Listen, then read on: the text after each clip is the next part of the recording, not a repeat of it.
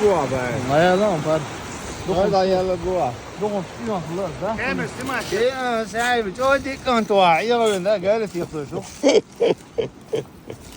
لا لا شيء بلده شيء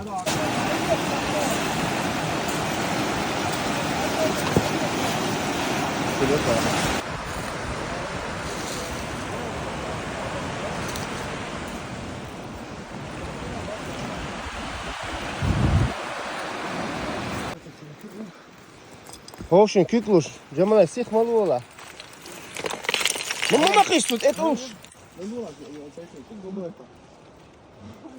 انظر يلا ايش تعال لو كان